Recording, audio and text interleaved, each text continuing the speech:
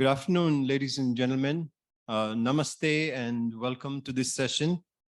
We're in this session on enhancing efficiency through standards and labeling for appliances in the Asia Pacific. First, I'd like to welcome the speakers and panelists to please come on stage. Please.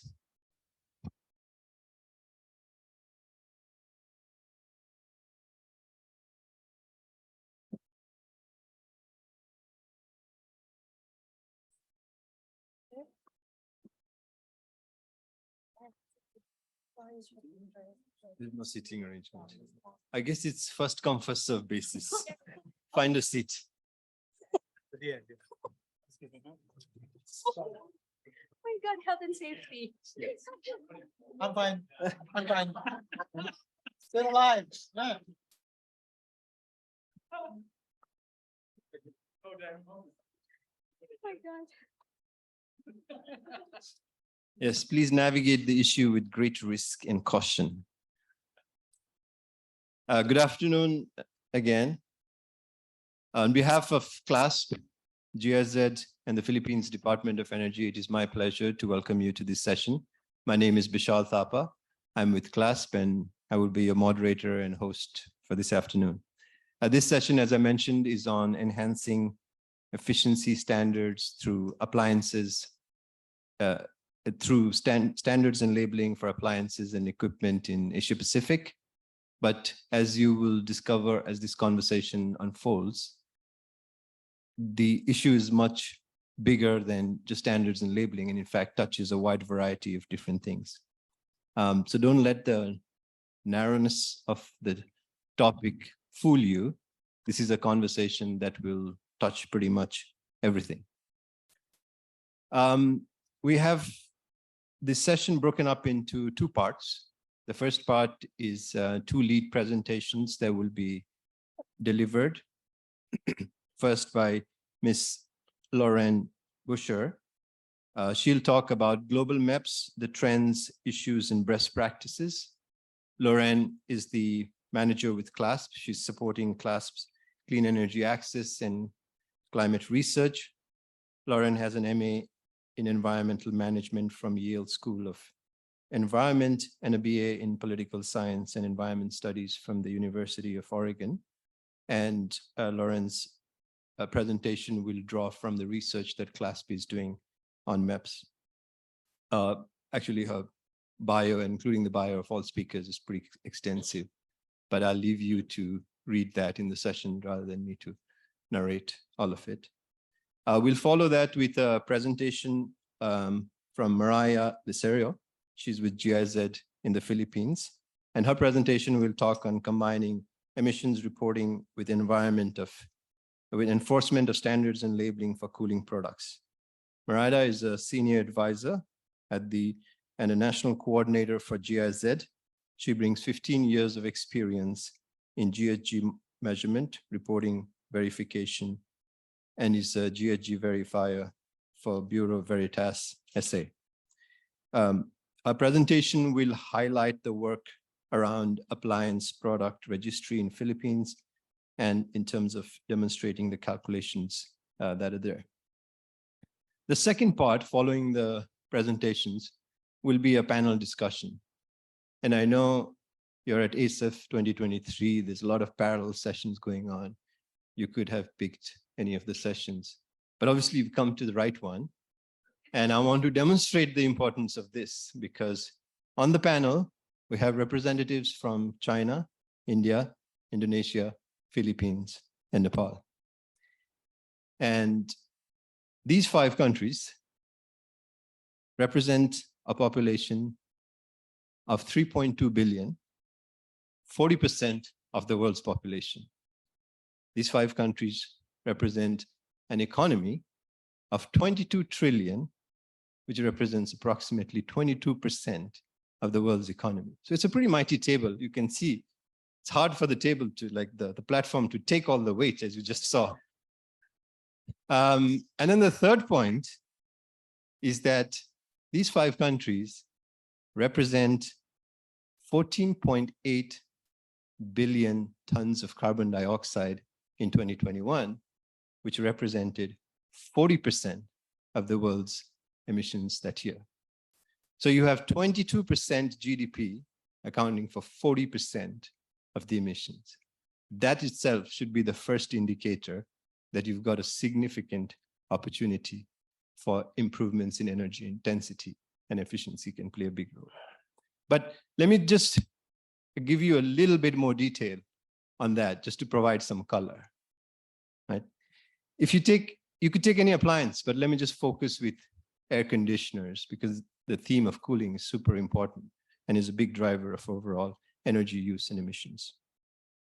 AC use in these 5 countries by 2030 will be approximately 1 billion out of the world's total of approximately 1.6 billion. So you're counting these countries will account for 62% of total ACs in use by 2030. And if all of these ACs were to switch to the best available technology in terms of energy efficiency, these 5 countries would deliver cumulatively CO2 emissions of approximately 1.2 billion tons relative to the global average on ACs savings for that same kind of technology of 1.8 billion tons. Just to put that number in perspective, 1 billion tons of CO2 emission reductions is the entire savings that India has committed by 2030. So it's a big number. Appliance can drive a significant part of the future. And I'm very pleased to have the representative from these 5 countries to tell us exactly how they're going to do it. Not a difficult question to answer, I'm sure.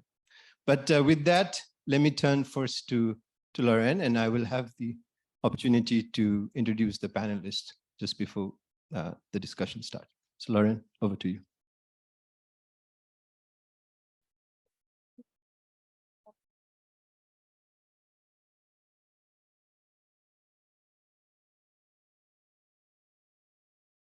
Thank you, Vishal, and good afternoon, everyone. My name is Lauren Boucher, and I'm a manager at CLASP. And today I will be presenting on 2 research initiatives that we've launched in the last year, both on minimum performance requirements for appliances and equipment. So first, a little introduction on CLASP. CLASP is an international nonprofit working to combat climate change and expand clean energy access through appliance energy performance and quality. So we work with in a number of regions all around the world, supporting everything from the development of minimum energy performance standards to market development programs for off-grid appliances and equipment. So just a little scene setting before I dive into those 2 research initiatives. We know that energy demand from appliances and equipment is growing globally. You can see here on this chart, we've mapped out through our MEPC, appliance and energy impacts calculator, final energy consumption from now through 2050. And global final energy consumption from appliances and equipment, we estimate will increase by 83% between now and 2050. And nearly half of that growth will occur in Asia, where final energy consumption is actually anticipated to increase by 95% through that same time period. So incredible opportunity for energy efficiency, particularly standards, to play a role. We also know that appliances and equipment are critical to climate mitigation. In IEA's net zero roadmap, which provides a clear path for how we'll reach net zero emissions by 2050, appliances and equipment play a vital role, particularly in the next decade. So you'll see there in figure 2, there are some major milestones for appliances. We have, no sale of fossil fuel boilers by 2025, 100% of sales of LEDs by 2030, and other major targets for cooling appliances, motors, and heat pumps. So appliances have a major role to play in the global energy transition. And we also know that the solutions needed to mitigate climate change in the appliance sector are already available, which is good news. And that, there's still a lot of room to grow. By 2030, the IEA estimates that most appliances sold need to match today's best available technology. So there is a considerable role that policy can play in making that happen. So recognizing this need, at COP26, 14 members of the Super Efficient Appliance Deployment Initiative, or SEED initiative, committed to doubling the efficiency of 4 high energy consuming appliances and equipment. And those products are motors, air conditioners, fridges, and lighting. And so that really sparked an interest in CLASP. It was the largest energy efficiency commitment made to date. And we initiated 2 research initiatives based on kind of this commitment and the IEA's net zero roadmap. So first, I'll be discussing one research project, which we've titled World's Best MEPS, which seeks to identify the best minimum energy performance standards for appliances and equipment. And then a second piece of research, which is forthcoming, which aims to track how close countries are to actually achieving this doubling goal, since this commitment was signed at COP26 just a couple of years ago. So the first report I'll discuss is World's Best MEPS.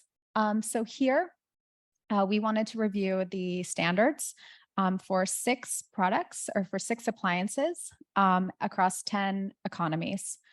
And we used some global benchmarks to define what a best MEPS is. So in many cases, we sought to draw from existing targets. For example, we wanted to link MEPS to the U4E model regulations, the product efficiency call to action, as well as the IEA's energy ladders. And then we wanted to compare existing policies to see how close countries were to meeting those targets. So how did we do this? The 10 countries we examined: Brazil, China, Canada, the EU, India, Indonesia, Japan, South Africa, the UK, and the US, all vary considerably in terms of climate, the typical capacity of products, and product usage. And so we know that MEPS ultimately depend on local factors, but we thought an international comparison would still be valuable. We felt it would help countries better understand how their MEPS relate to others out there in the world. And we thought this could be used as a strong motivating tool to increase ambition through policy. So for each appliance, we developed a single metric to enable comparison. As I mentioned, in many cases, this metric was already established. For example, many of the targets you see here are identified in the United for Efficiency's model regulations. And then where targets weren't available, we tried to select one that would help meet international, climate goals. So for example, space heating and water heaters, we really looked at products that are appliances that would drive decarbonization. So proliferation of heat pumps and condensing technology in gas appliances.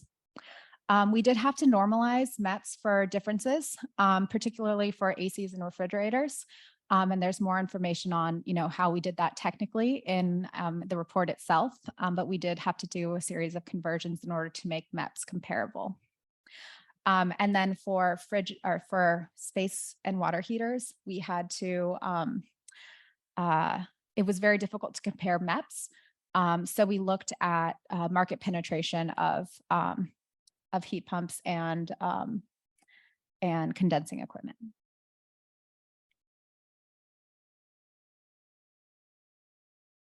So now on to the results. In this graph on the screen, we've aggregated the results across the 6 appliances that we included in our analysis. So any countries in red, the bars in red represent the number of economies that did not meet our target. Conversely, anything thing in green will show that the number of economies that did meet the target. And then the bars in yellow represent economies that didn't meet the target, but we felt like we're within range. So they were very, very close on the cusp of meeting our set target. And what we found is that appliance efficiency policies are at different stages in development, particularly across Asia. So we have some economies that have had long-standing programs, while others are just beginning their journey. Some notable MEPs that we called out in the report, where economies were either met the target or within range. We see China has leading MEPs for electric motors and air conditioning. India has notable MEPs for lighting, particularly LEDs and fridges, Indonesia for lighting, and then Japan for electric motors, air conditioning, refrigerators, and space heating. And one notable finding of the report is there's still a lot of progress to go. And that one important step that economies can take is aligning their policies to existing model regulations, such as U4Es.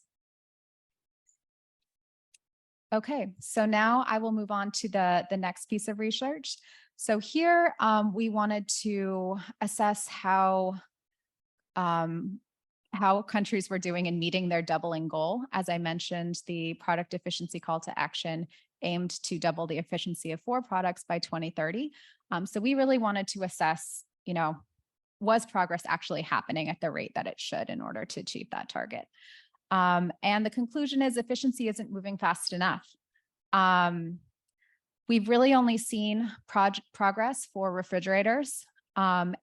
Air conditioners and motors are not keeping pace with the doubling target.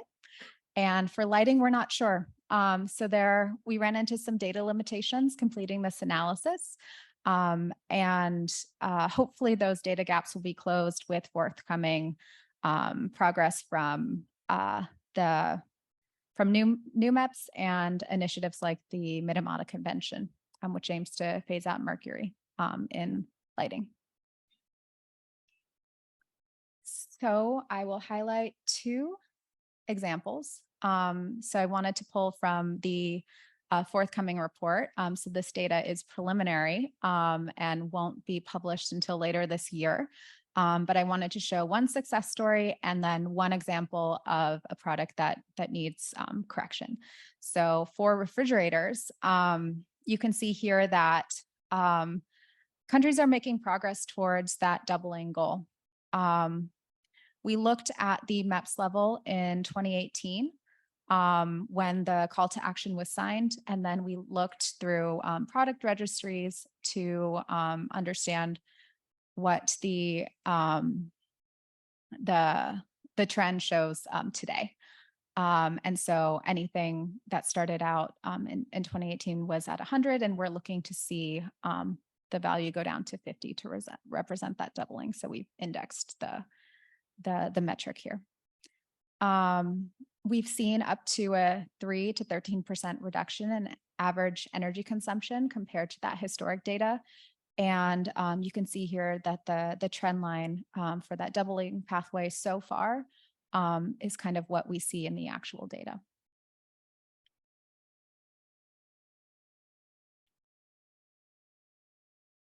Now moving on to air conditioners.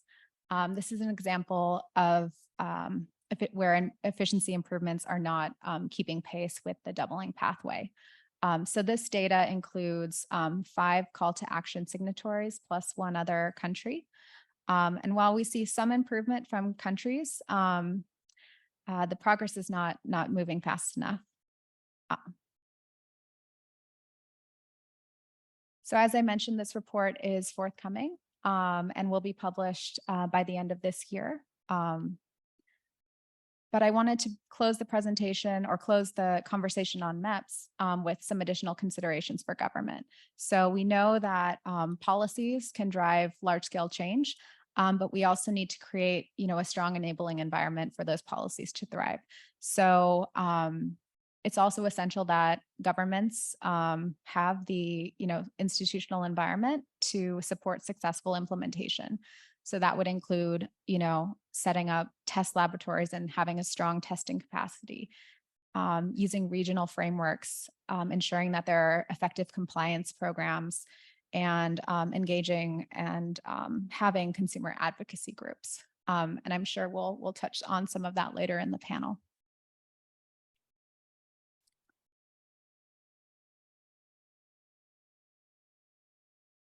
Sorry, next slide, please.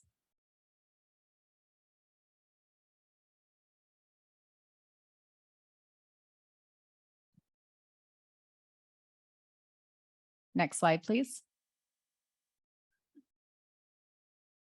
Well, if we can't get to the last slide, I just wanted to close with a few resources that CLASP has available for governments, including our Policy Resource Center and MEPC. The Policy Resource Center contains a database of existing appliance efficiency policies, and MEPC is a calculator that enables governments to actually model the impacts and carbon reduction potential for specific policies. So I've wanted to highlight those two tools in addition to World's Best MEPS, which I presented today. And I've also included a number of other tools and resources that CLASP has, all available for free. Thank you.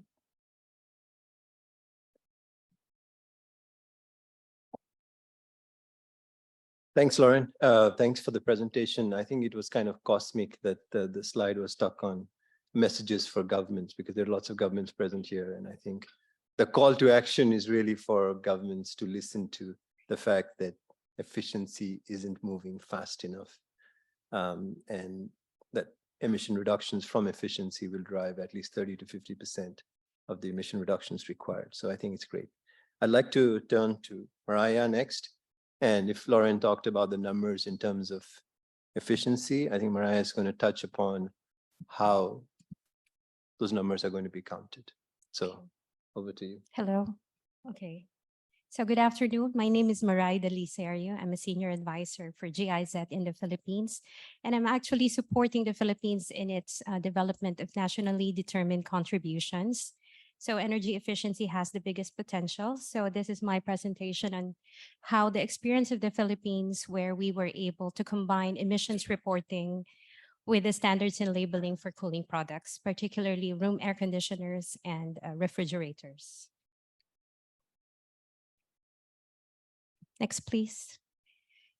So I'm part of the Global Cooling Program, GIZ ProClima, and then I will give an overview of MRV, our experience, and of course, how to use product registries for MRV systems for climate change reporting. Next, please. So I won't go into the details. I think Lauren gave a big overview of how much cooling appliances or cooling in general can contribute to more than 10% of global GHG emissions, and the number of air conditioners worldwide is expected to increase by 1.6 billion. So this is one of the sectors that truly has the biggest potential for emission reduction. Next, please. So for our program, we always have to consider that emissions from refrigeration and air conditioning has to consider both direct emissions from refrigerants and indirect emissions for energy consumption. So for refrigerants, we are only expecting a third of the emissions if it's adequately accounted for. However, for efficiency, in terms of the energy use, especially if it's grid connected, it's around 2/3 of the total emission of the refrigeration and air conditioning sector, which I will refer to as RAC. So GIZ ProClima is the implementing agency of the German government in compliance to the Montreal Protocol. So we are managing projects since 1995. So we started with supporting Article 5 countries or countries, developing countries, in order for them to comply with the phase downs or phase out schedules of chemical refrigerants phased out by the Montreal Protocol.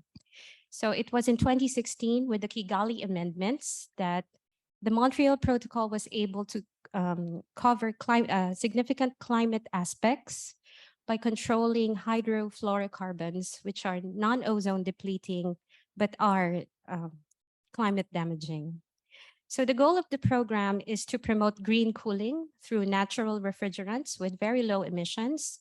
And of course, the extensive use of energy efficient REC, not just appliances, but the other subsectors in terms of chillers, industrial refrigeration, transport refrigeration, mobile air conditioning, and basically the entire subsector. So the program is funded on behalf of the German government, either through BMZ, the Environment Ministry, BMUV, and other donors in support of cooling projects worldwide. Next, please. So at the moment, the Philippines is one of the many countries supported by the ProClima program. So we have multiple projects implementing the green cooling approach, focusing on both refrigerants and energy efficiency. Next, please. So basically what my topic is MRV. So MRV is the means for us to report our climate impacts. So it's composed of measurement, reporting, and verification systems. So it improves the information for climate reporting. It improves transparency, which is a basic requirement of the Paris Agreement. So what can MRV systems do for you? So basically, we have to tap into the mandatory databases of the sources of emissions. We use relevant market data. We have databases from the governments. So basically what we are pushing for to achieve enhanced transparency is to have an institutionalized process, not necessarily data digitized, but technically a system in order for a country to know the sources of emissions. So MRV system doesn't have to be high tech as what we have done in the Philippines in terms of the product labeling system. But it first starts with knowing where your sources of emissions are and building the capacities for transparency among the sources of emissions. Okay, so basically the MRV system not only supports global climate reporting, it also supports the other reporting requirements of the Montreal Protocol. So as you can see here, if you have a system in place in a country, you are able to report to the UNFCCC in terms of the mandatory reporting requirements. So it requires that all countries must have a national communication communicating its emissions. And of course, in the RAC sector, it covers Tier 2 emissions. So basically, we are using the methodologies of the Intergovernmental Panel on Climate Change in order to calculate the emissions. Also, as part of the compliance to the Paris Agreement, the MRV system can support NDCs in order to provide quantitative values, transparent values, and of course, the incoming requirement for biennial transparency report. So this basically provides a description of the mitigation in the sector. It covers both direct emissions and indirect emissions. And of course, it is also a vehicle for countries to access finance. And at the same time, let us not forget, so we started with the Montreal Protocol. So we have to comply with the ODS phase-out schedules and of course, the Kigali amendments, which requires the phase down of hydrofluorocarbons. Next, please. So before, when there was no product registry in the Philippines, we would gather data through surveys and actual visits to the data sources. So this is very resource intensive. So we would go to manufacturers and distributors. We would ask the support of both the Ozone Unit and the Environment Ministry. So actually, it was a very confusing process when we started the inventory from 2017 to 2019. The sources of data were confused with the climate requirement and the ozone protection requirement. So some of them only reported refrigerants, but they did not disclose their entire products. So some of them were able to provide the entire models, but only partial data was provided because there was a perception that there is that non-ODS products were not covered by the inventory because at that time we had not yet ratified the Kigali Amendment. So our first round of greenhouse gas inventory was quite confusing for the sources of data. So it was through this experience. Okay. Okay, we were so lucky. So we are thankful with our partners in the Energy Ministry that we were able to, they were very active in the consultation process. So workshops and consultations were done simultaneous with the energy efficiency initiatives in preparation for the Energy Efficiency and Conservation Act, which was legislated by the Philippines,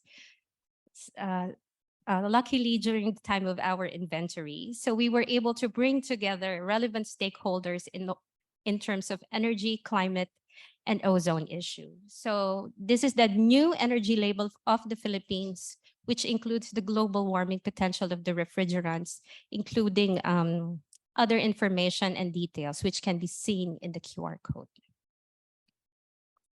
So why product registries? So we believe that it is the perfect solution because all the data are there and there is a mandatory legal requirement in which manufacturers and distributors have to register their products before it enters the market.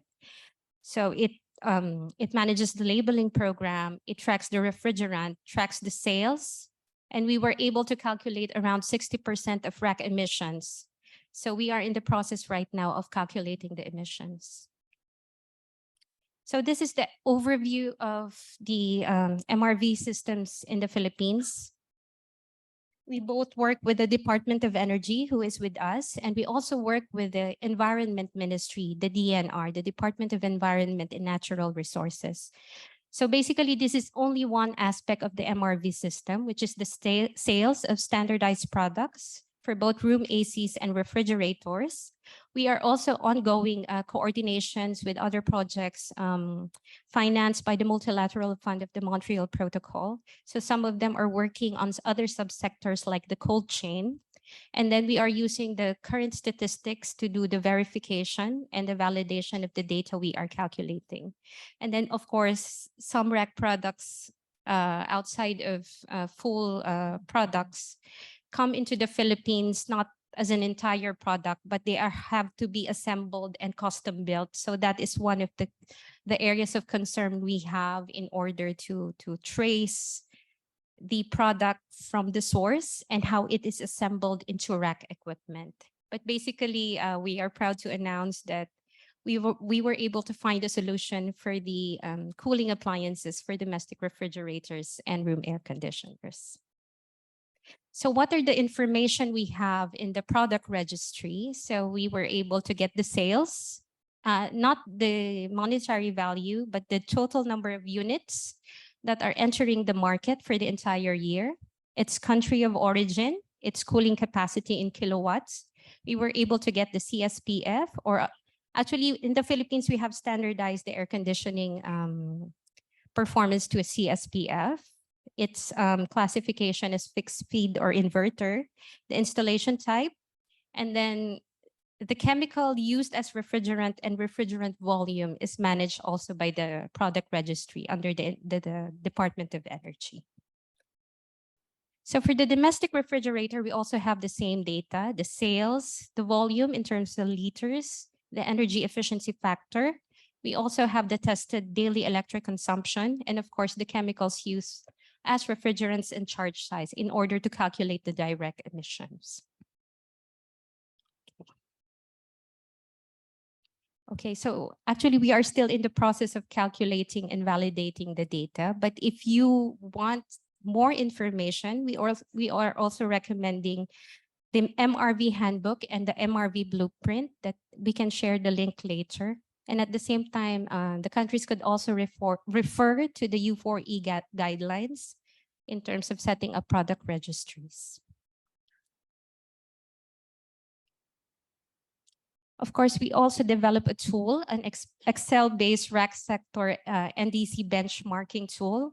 So for countries, you can utilize this to have a quick analysis of what is needed in order to develop an NDC for the refrigeration and air conditioning sector.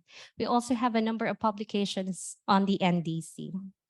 Since I still have some time, we started the project not with the energy ministry. We really work with the ozone unit.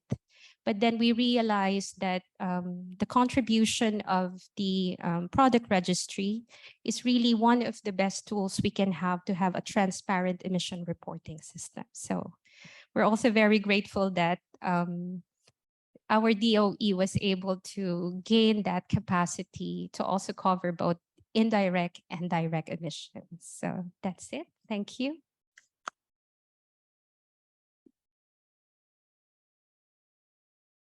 Thank you, Marida. That presentation covered a lot of ground in a very short amount of time. In fact, less than what was allocated for your presentation. So thank you very much.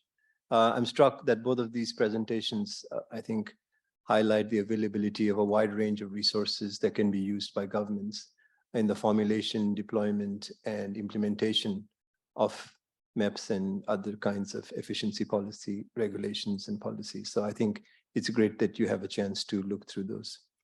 I'd like to turn next to the panel. As I said, we have panels that are on the front line of policy making on product and appliance efficiency policies.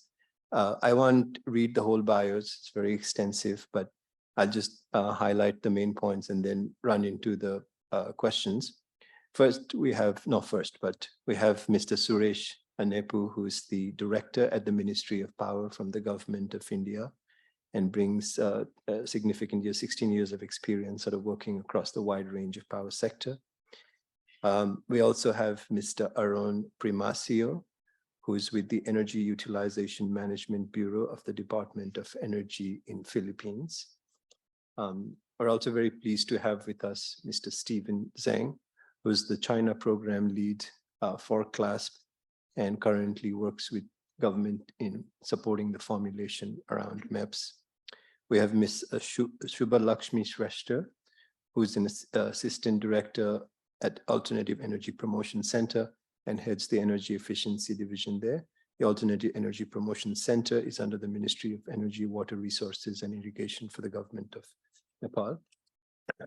And we have Ms. Rima Augustine, who is a sub-coordinator for MEPS and energy consuming equipment and labeling services with the Directorate of Energy Conservation under the Ministry of Energy and Mineral Resources with the government of Indonesia. So thank you all for being here and taking the time.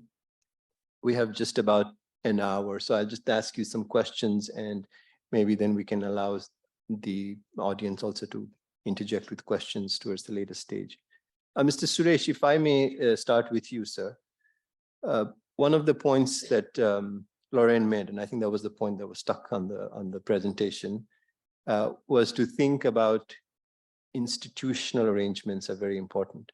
And one of the stories coming out of India, in addition to the wide variety of energy efficiency policies, has been actually India's institutional structure. I think one of the success stories and replication possibilities has been how India has really institutionalized energy efficiency in a very interesting structure with a very solid legal framework. Perhaps you could shed light on how that institution is defined overall, how it's structured, and the role that Ministry of Power and Bureau of Energy Efficiency plays in both formulating and implementing those policies. Yeah, thank you. To begin, India's energy efficiency programs, actually they began way earlier. Since 1980s, we had some energy efficiency programs. They were not institutionalized, they were most voluntarily based programs.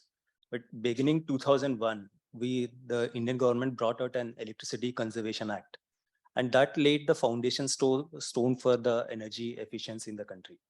So the act actually created a body called Bureau of Energy Efficiency, which was given this task of given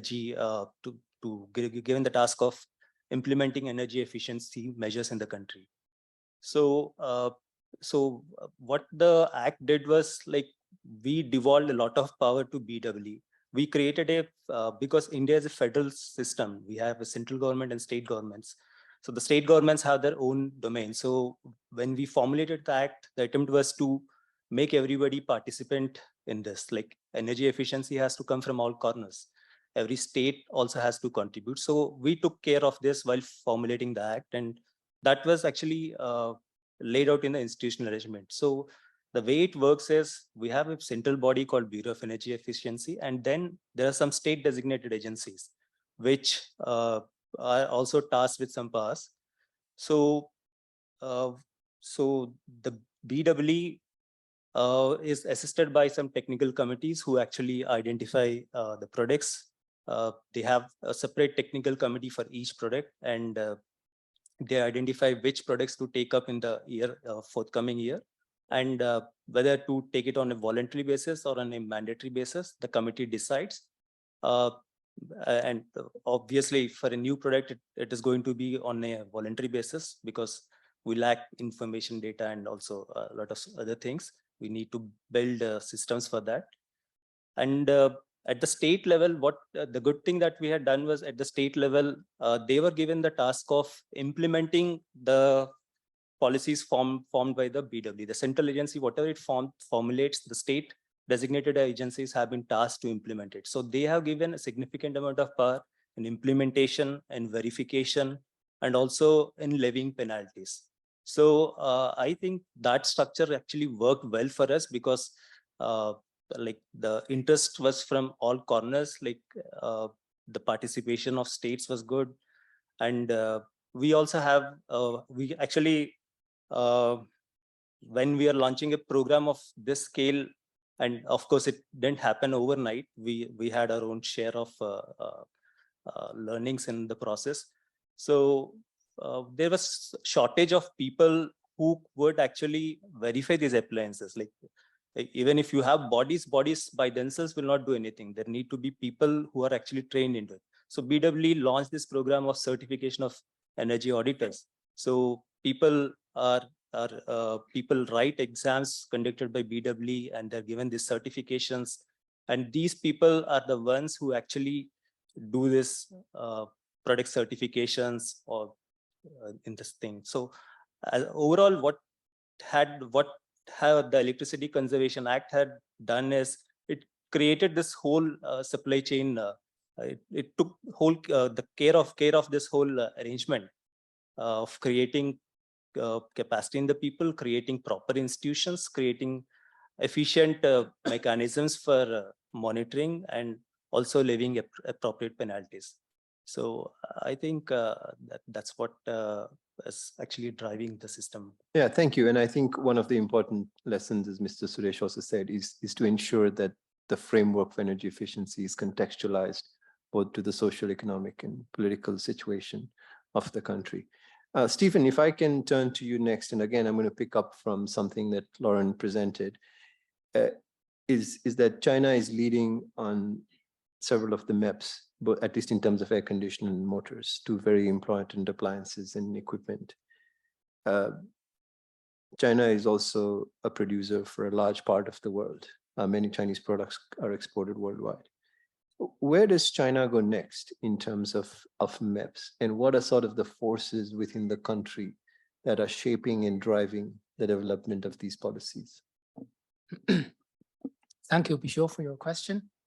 It's a very good question. Indeed, from Lauren's presentation, you can see China has developed a world-leading standard, MEP standard for motors and room air conditioners. So China is trying to do more. So so far, China has already developed about 66 MEPs for all type of appliances and industry equipment. So what the Chinese government look at energy efficiency for appliances is like number one, China wants use energy efficiency to support China's carbon goal, because China has an ambitious carbon goal. We call it the dual carbon goal. One is peaking carbon emission at 2030 and reach carbon neutrality before 2060. Another one, I think the government also think, the government has a policy to support so-called high quality development of the economy. So in terms of appliance, which means the government wants to stimulate technology, innovation, to turn Chinese products image from low price, low quality to high quality, products. So they think, such kind of, energy efficiency standards, to reach, international advanced level can help China to realize its target. So now, especially from last year and beginning of the year, Chinese government issued a few policies. So they have set up a clear target to say China in the future, China wants to become a world leader of maps for appliances and industry equipments. So the room air conditioner and the motors are the two examples. So early this year, they even issued a very interesting, very good policy, which is talk about policy guide to rescale, maps, because China has 66, maps. And many of the maps has already over 5 years old. So they set a principle as this. So in the future, when China, further develop or revise our maps, so we will need to make sure that the grade 1 product, which is the most high efficient product, to reach either domestic, most advanced level domestically or world advanced level. Besides, in principle, these grade 1 products need to be the top 5% of the most advanced products in the market. They also said another principle is for the grade 2 product, which is a grade 2 is a certification level for high efficiency products.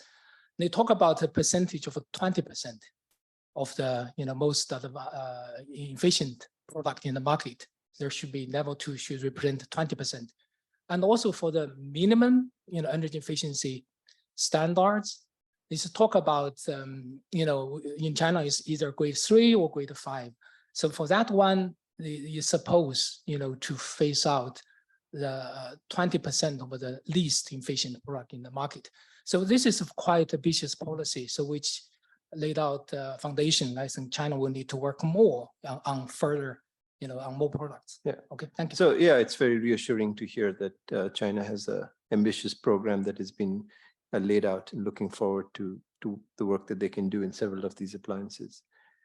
Mr. Aaron, if I may turn to you for the story from Philippines, and I know that Philippines has an evolving program, pretty extensive on standard and labeling, and you've been a key part of that. I wanted to just link it to what Stephen said. In China, they're talking about modifying some of these existing policies, etc. And one of the issues that Philippines also is looking at is the frequency with which to change these policies, right? And that's become a big part of your discussion. Could you shed some light on that, how you're thinking about that issue in Philippines, and also, the overall status of where Philippines is on SNL, but thinking more about the frequency with which you need to try to change some of these policies, because as the opening presentations highlighted, it's very important for us to try to catch up to the global MEPS kind of standards for these products. Over to you, sir. Hello. Okay, it works. Good afternoon. Thank you for that wonderful question. If I'm going to tell something about the Philippines or how we see it, since the MEPS or the regulation by which we try to control the efficiency of products in the market is relatively young. It just started out.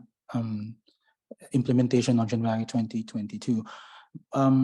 The way we see it is that if you look at the current MEPS or the current regulations in place, the values of the MEPS that are currently being enforced or told to stakeholders, it's rather low. So I do support the thing that was said earlier, that the ambitions are not too high, or that we could go a lot slower than what is ideal or expected. So we haven't really adjusted the MEPS yet. The first MEPS that you're seeing, the MEPS that you're seeing right now or currently is in effect is actually the first MEPS that we actually did. But fortunately, we are aware of that things need to change if the ambitions are to be met. And what's going to happen within this year is that we are going to convene lots of meetings actually with a technical working group from both the government and the private sector. We're going to take inputs from our counterparts in other countries, just to know what kind of level should we be envisioning, or where should we start, how should we implement this. So on that case, Philippines is actually making an approach wherein we do gather the data from what we have. We do try to estimate on what the initial recommendation for the MEP values should be. But once we're done doing that, it's not really final. We do a lot of public consultation in such a way that we need to know how it will affect the business, the people who are trying to run their businesses, making aircons or selling aircons, ref, or something like that, because we try to give them the impression that when we're trying to change things for good reason, we're not just trying to see it from our point of view that we want to reach the ambition, but we're also trying to take in consideration how it will affect them. And when that happens, we get their cooperation, we get their hearts actually, and then it helps with actually improving and implementing it, because the stakeholders, the people that you're trying to give directions to, they actually listen. So yeah, that's the approach. Within this year, we will be upgrading the MEPs to an ambitious value, but still it's not really final. If they make a good argument of maybe it should not be that high, or if they do agree with a certain level of MEP, maybe it should not be enforced right away. So there's a grace period. MEPs is a sort of powerful thing. It gets reactions from stakeholders, because once you set the MEP, after a certain time, you're not allowed to sell that product anymore, and it will affect them. So in that case, we try to feel what they're feeling, and then we try to tell them to feel what we're feeling, and then we move from there. Thank you. Great, thank you. Thank you for the response. I think in some sense, MEPS sometimes feels like a teenager's fashion, right? Like I have a teenage boy, and then we buy a pair of jeans because it's supposed to be very fashionable. And by the time you come home, it's out of fashion and something else is like taken over. And so it's changing pretty fast. And I can understand and empathize with policymakers that have to continue to balance a whole variety of stakeholders as they begin to put these MEPs in place. So I appreciate. Thank you for your insights. I'd like to turn to Ms. Augustine next from Indonesia. Thank you, Ms. for being here. And I want to bring the attention of the audience to Indonesia's very interesting net zero emissions pathway and policies. And I know within that, energy efficiency of appliances and equipment plays a big role. So could you perhaps comment on how the whole appliance efficiency, equipment, energy efficiency policies is playing a role and driving the discussion on the net zero pathways, emission pathways? Over to you. Okay, thank you, Bisa, for the question. I write some point about the maps, of course, and Indonesia right now. Indonesia face the challenges. One of that is emission. And the government of Indonesia enacted the regulation of Minister of Energy and Mineral Resources number 14 on application of minimum energy performance standard to energy consuming equipment. The regulation set out the fundamental principle for the minimum energy performance standard and energy efficiency labeling scheme for energy consuming equipment. The regulation doesn't stipulate specific target, product or standard value. A regulated product will be stipulated in regulation of ministerial decree. Rules at the lower level in the legal hierarchy. Regulated products are air conditioner, refrigerator, and fan, rice cooker, and LED lamp. Currently, the government has stipulated regulation for several energy use equipment, including electronic ballast, electric motor, washing machine, electric iron, television, blender, and showcase. And soon, other equipment will be regulated, including induction stove, boiler, transformer, and chillers. Related to the emission,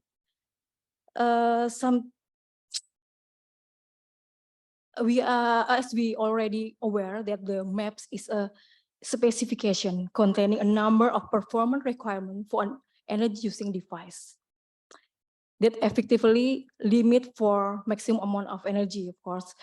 Therefore, in terms of emission reduction efforts, MEPS may help mitigate carbon emissions stemming from energy consumption while operating the electrical equipment. Indonesia has targeted a reduction of 98 terawatt hour energy in 2020 until 2030, which equal to 83.8 million ton of CO2.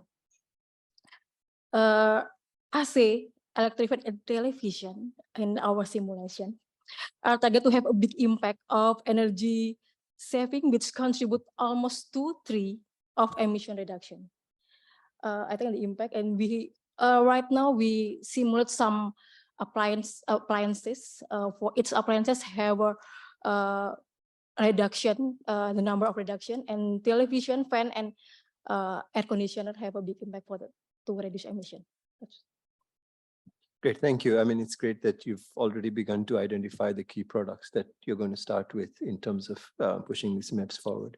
I'm going to ask one more question of the panel, but after that, I'd love to invite some questions from the audience if you have. I know that we have just under about 25 minutes or so to go. My question is to Ms. Subbalakshmi Shrestha from Nepal. Great to have you here. Nepal is in a slightly different context than maybe the other countries in the sense that you don't produce as many of the appliances. Most of it is imported. So the whole notion of a domestic MEPS probably is a very different context, socioeconomic, political context. But nonetheless, I know that Nepal faces significant challenges in terms of the types of products that comes in terms of the quality, efficiency standards. How as APC and government, are you thinking about this issue of efficiency standards, and how are you looking to relate to the work that other countries and internationally is being done on this, so that even small and importing countries benefit from these kind of policies? To you. Thank you. Thank you, Bisalji. Good afternoon, distinguished panelists and presenters and your respected audience. Thank you, ADB and the class for having me here to put my views on enhancing energy efficiency standards. So myself, like Bisalji said, I am representing Alternative Energy Promotion Center, and this is a government agency under Ministry of Energy, Water Resources and Irrigation, basically mandated for renewable energy technology throughout the country and energy efficiency and climate and carbon initiatives for Nepal. So while talking about this standard and labeling journey, I would like to start a bit with a little bit of history where we started thinking of MEPS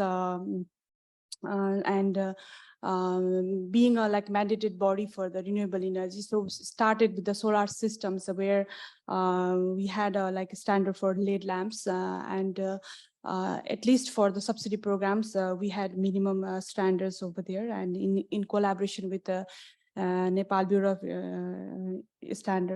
Standard and Metrology, we have a standard that has been in implementation. And further going on in the space of cook stoves, we have like NIBC, Nepal Interim Benchmark, which was promulgated since 2014 and upgraded to 2016, and we even participated in ISO. And now we are in the process of upgrading NIBC.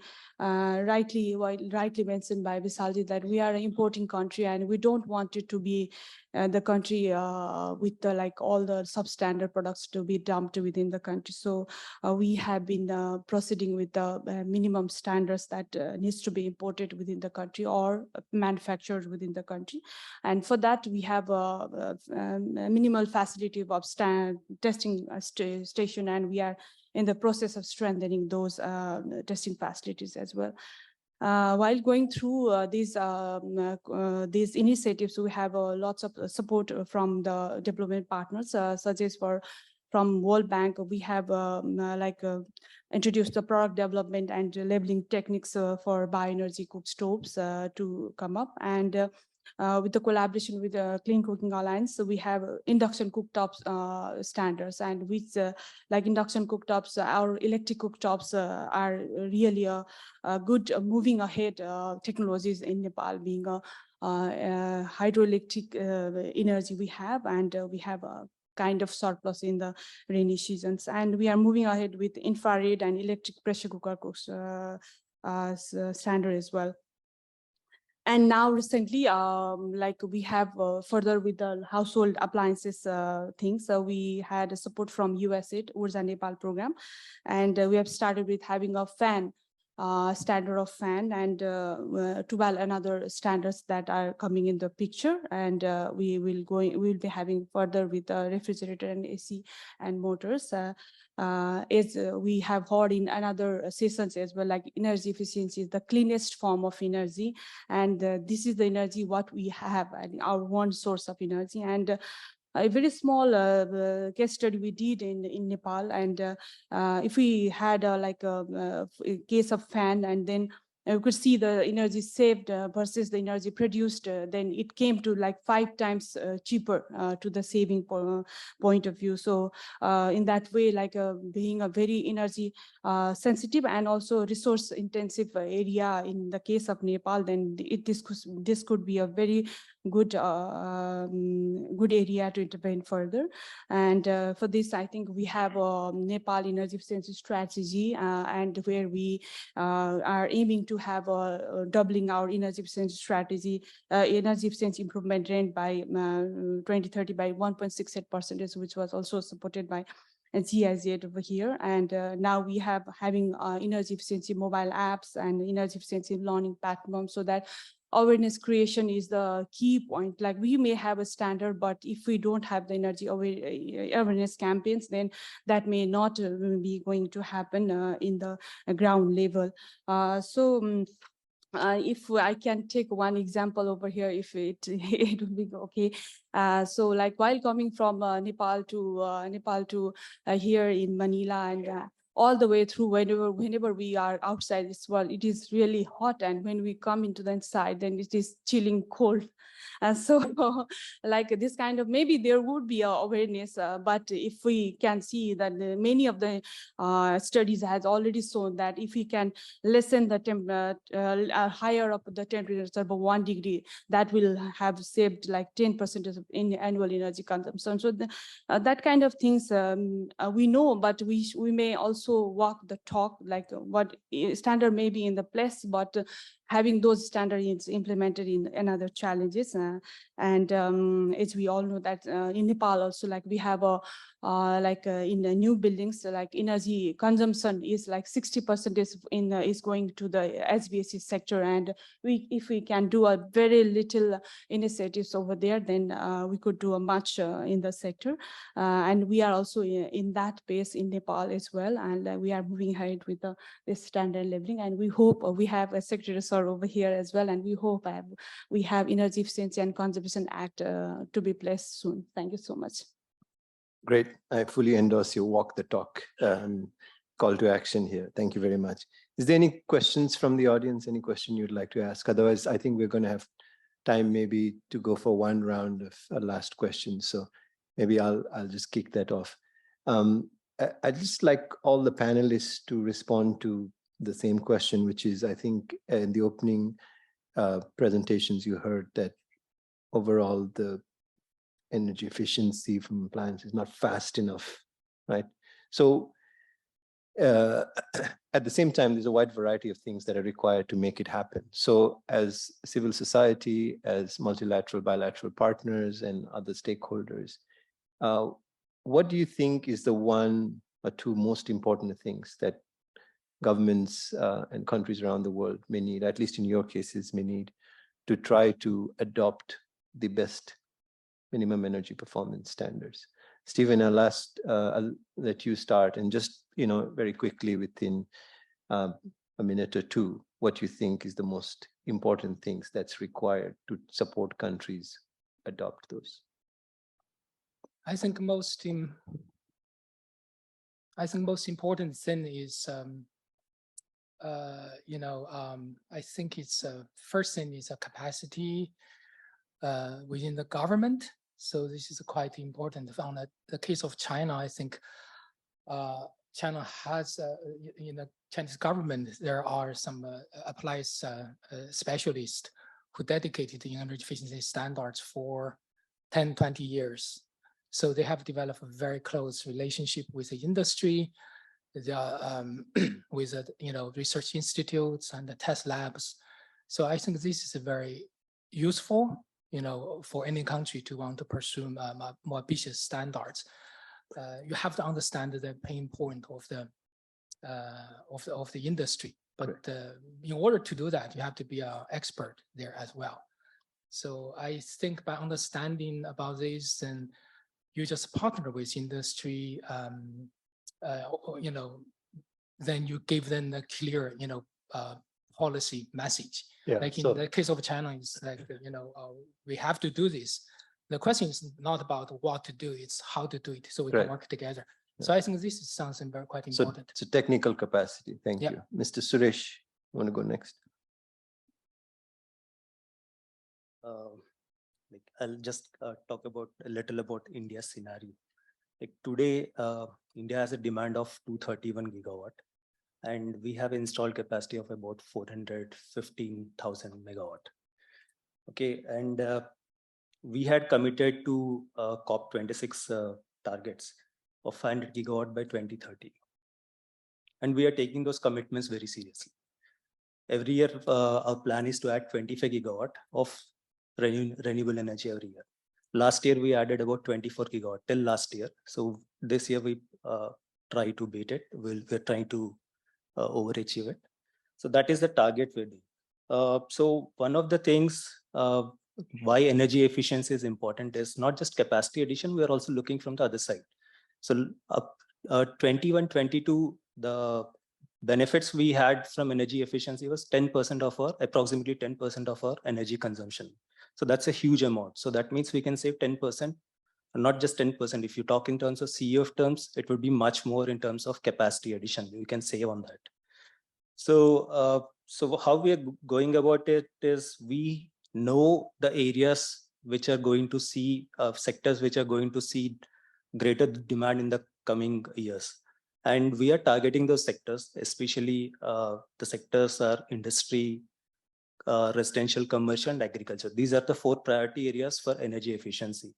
So, so look, taking care of this, even last year we had already also amended our Energy Conservation Act. So we had an amendment. So in that, what we had done is one of the measures that we had built into it is every industry or anybody who is using energy, they have to procure a certain percentage of energy from non-fossil fuel sources so as to reduce the footprint. So that is one way we're trying to reduce the emissions. And we are also creating a market for, we are also creating carbon market. So the framework was also defined in this act. Yeah. So it's really about looking at energy efficiency within the broader portfolio. Yes. Yeah, thank you very much. Mr. Arun, what is, you can take your response next. Look, when it comes to the maps, I think the important things that we need to consider or we need to have in order for us to achieve the impact is that we need the technical competence or people who know where to get the data or how to handle the data and how to convert it into a regulation once the data is there. So in order for them to get the data, they need like tools or facilities, anything that could help them get the data to have a clear view of the scenario in the market, for them to create a very effective regulation by which they would enforce it later. And when it gets enforced, the impact or the result that we're dreaming of when we're making the regulation, it happens. It happens the way we see it. It happens the way that it should. But also within that span of implementing the MEPs or the efficiency within the market, I think the important thing also that should be there, and we got this idea from the stakeholders during the meeting, is that when you're trying to go with a regulation, you're trying to tell them that a certain product should be within this reasonable or maybe ambitious level. Facilities or the testing capabilities should be there such that if you're asking data from them, if you're asking efficiency from them, the means by which they could get the data, testing facilities or anything, it should be there. And the methods, the standards that they could use for them to know if they're making the right tests or if they're seeing it correctly, it needs to be thought of. It needs to be in that regulation. So I think all these things are important for everything to work, and not just one side, but really everything to work. Because if you're trying to implement it and you sort of forgot something within that line, you're going to hear of it. Yeah, so then it's, you're it's going yeah, to- you're only as strong as the weakest link, in that whole ecosystem. And so that's great that you've mentioned the importance of technical capacity in the whole ecosystem. Right? Yes, sir. Thank you. Great, thank you. Ms. Subbalakshmi, you want to go next? What do you think is important for Nepal in terms of adopting these types of maps? Thank you so much. Like I would start the knowledge, the definition of energy efficiency is sometimes confusing to people, and we must say that energy efficiency is energy sufficiency. And it is not that we have surplus of energy and we can use it anyway, what we want, because the resource is always constrained for everyone. Like it depends on the relativity. And we are also committed with the net zero emission by 2045, and we are yet to electrify the nation fully, like 100% electrification yet to be done. And energy efficiency can serve for both in the case of energy access and also the energy security point of view. Energy security is something which we when in whatever area time or whenever we need. So if that is available, then that is energy efficiency. So in these three dimensions, we are in the we have a challenges to go ahead with it. And for Nepal, I think we are yet to have a legal institutional arrangement with the act, and I hope that will come soon. And also, we aim to have energy efficiency improvement rate for 1.68% by 2030. And energy efficiency is not only a one sector task; it's a multi-sectoral task, and the collaboration among the stakeholders and collaboration along within the region is also very, very much important. And learnings what has already been done and to be adapted within the country is what we can do for the prosperous Nepal, I could say. Thank you so much. Great, thank you. I mean, I think it's important, as also Mr. Suresh said earlier, which is about integrating efficiency within the broader energy context. And that's very important. In Nepal's case, it's not just about emission savings, but it's also about energy security and energy sufficiency. Thank you. Mr. Augustine, you want to give a thought to what you think is important and necessary from Indonesia's point of view? Look at different with others. To ensure the implementation of the regulation, we need to engage all stakeholders, of course, from government, and then manufacturers, importers, and right now from e-commerce sector. We need it. Right now we face with online market, and we can see it. So everyone not going to supermarket to buy something, but we just do with our smartphone, and then our government will engage this e-commerce sectors to involve with this regulation to promote the maps, of course. So basically to try to touch all the sectors that are relevant in terms of these appliances and equipment. Marada, if I can turn to you to kind of answer that same question. I think for our side, we have to look at maps, not just a rating, a star rating, or a unit of measure. There is more to it rather than a number that is set on an appliance or an equipment.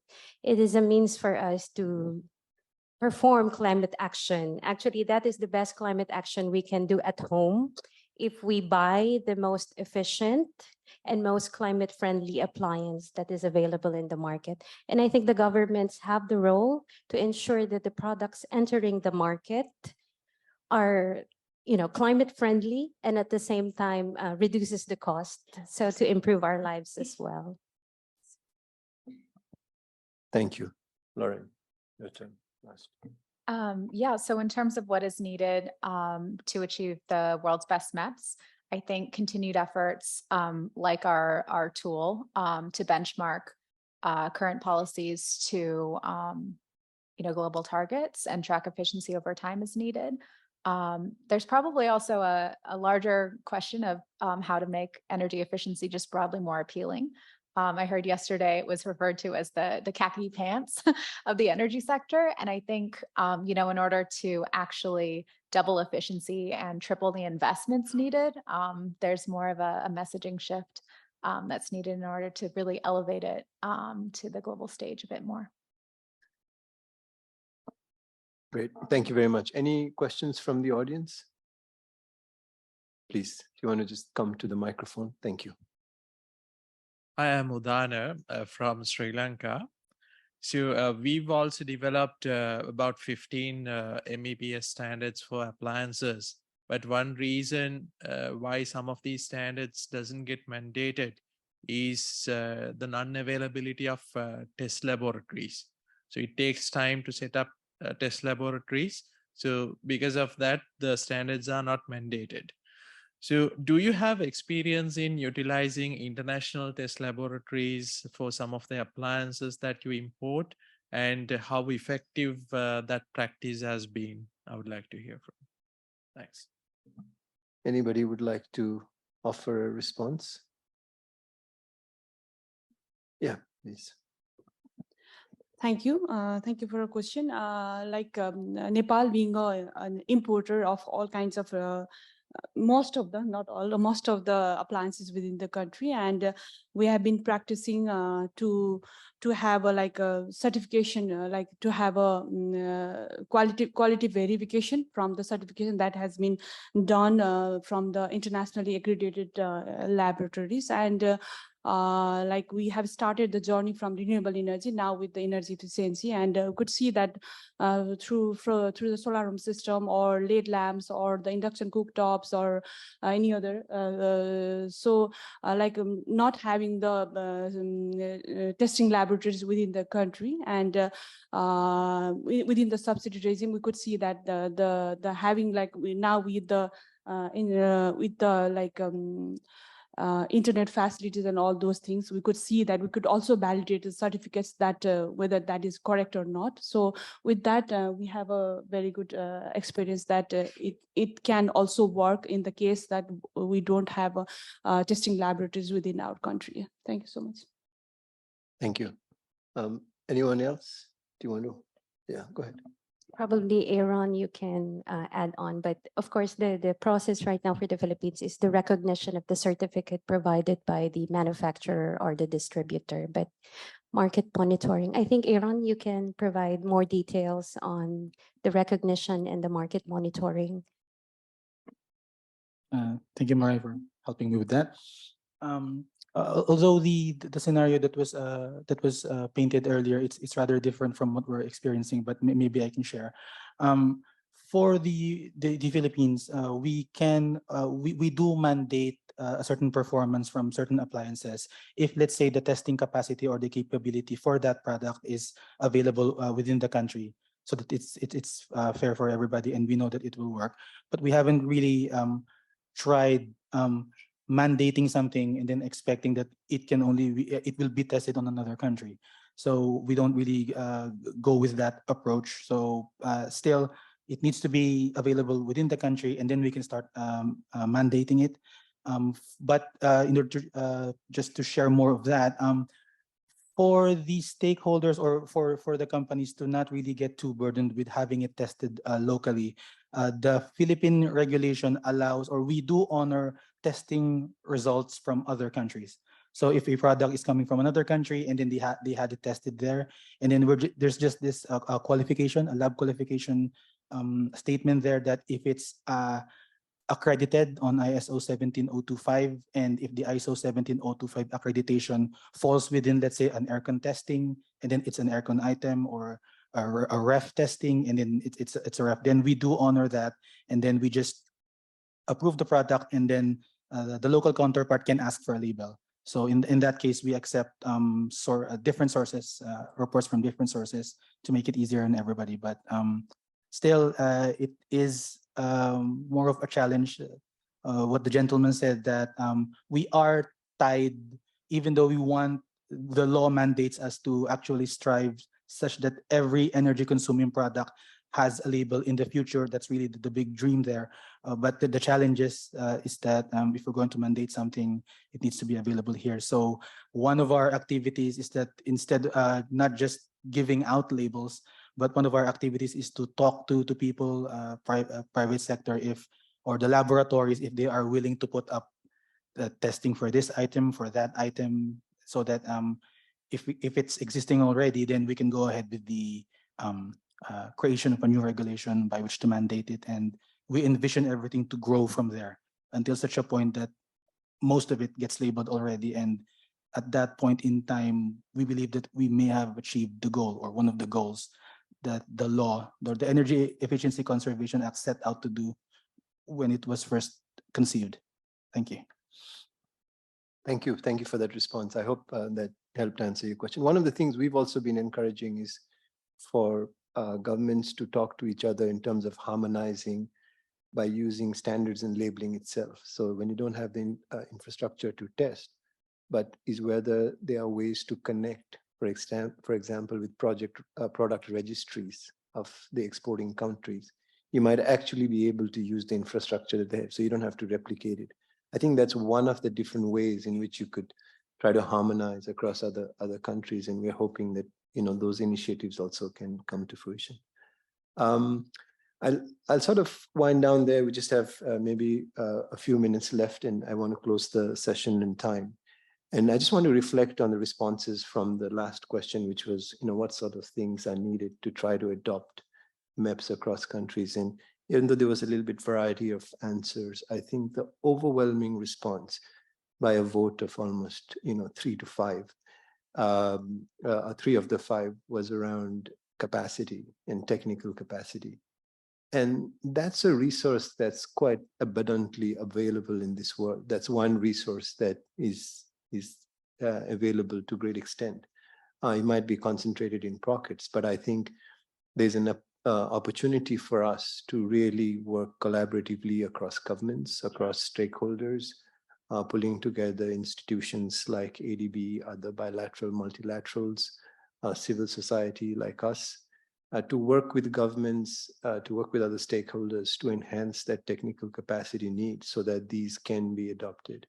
As we heard, this is one of the biggest opportunities that there is for near-term reductions, whether we look at it from an emission reduction point of view, we looked at it, what Mr. Suresh said, from a portfolio point of view, or what Ms. Subbalakshmi said, which is about energy security, energy access, and energy sufficiency.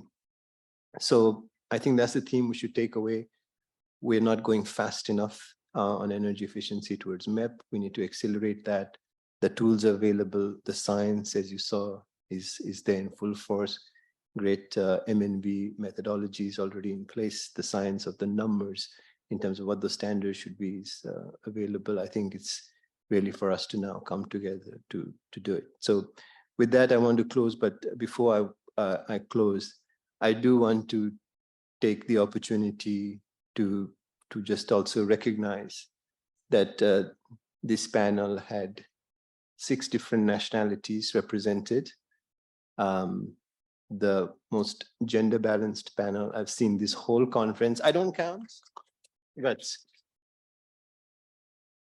and I think it's terrific. It's greatly diverse. So I really would like to recognize and thank GIZ, one of the partners that worked with us behind the scenes to make this session possible.